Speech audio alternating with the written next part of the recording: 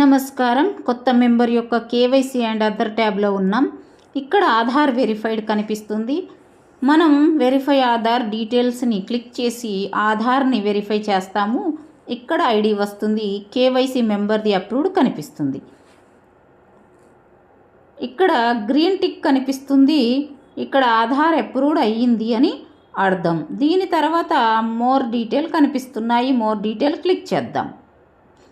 ఇక్కడ మనకు మెంబర్ యొక్క లైవ్లీవుడ్ ఎంటర్ చేయాలి.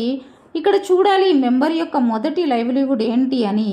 ఒకవేళ మెంబర్ వ్యవసాయం చేస్తున్నట్లయితే జీవనోపాధి అగ్రికల్చర్ సెలెక్ట్ చేయాలి. సభ్యురాలి రెండో జీవనోపాధి ఉన్నట్లయితే సెలెక్ట్ చేయాలి.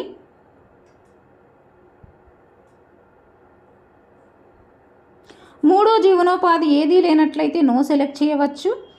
తర్వాతి ఆప్షన్ మనకి పోస్ట్ అండ్ డిజిగ్నేషన్ ఇక్కడే సెలెక్ట్ చేయాలి. మీరు యాడ్ చేసిన member president, secretary, treasury, member, other అని ఇక్కడే మనం సెలెక్ట్ చేయాలి. ఈ సభ్యురాలు ఈ సంఘంలో సెక్రటరీగా ఉన్నారు, అందుకని నేను సెక్రటరీ సెలెక్ట్ చేస్తున్నాను. సెక్రటరీ సెలెక్ట్ చేశాము. స్టేటస్ యాక్టివ్ సెలెక్ట్ చేయాలి.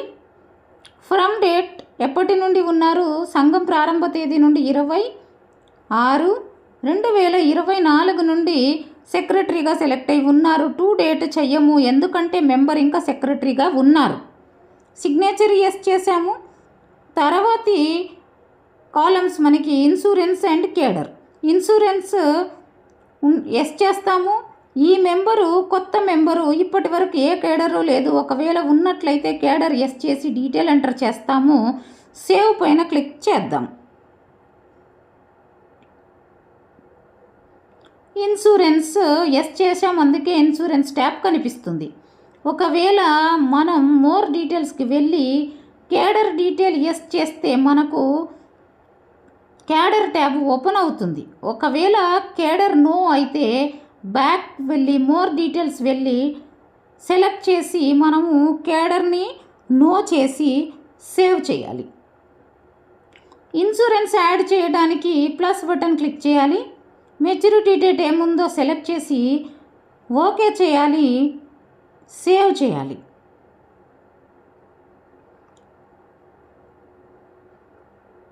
ఇలా మెంబర్ డీటెయిల్ కంప్లీట్ అవుతాయి. సేవ్ చేద్దాం. ఇక్కడ అన్ని డీటెయిల్స్ మనకి కనిపిస్తున్నాయి ఇన్సూరెన్స్వి. ఇక్కడ సమ్మరీలో అన్ని డీటెయిల్ కనిపిస్తాయి, చూడవచ్చు. యాడ్ అనదర్ మెంబర్ పైన క్లిక్ చేసి కొత్త మెంబర్ని యాడ్ చేయవచ్చు. ధన్యవాదములు.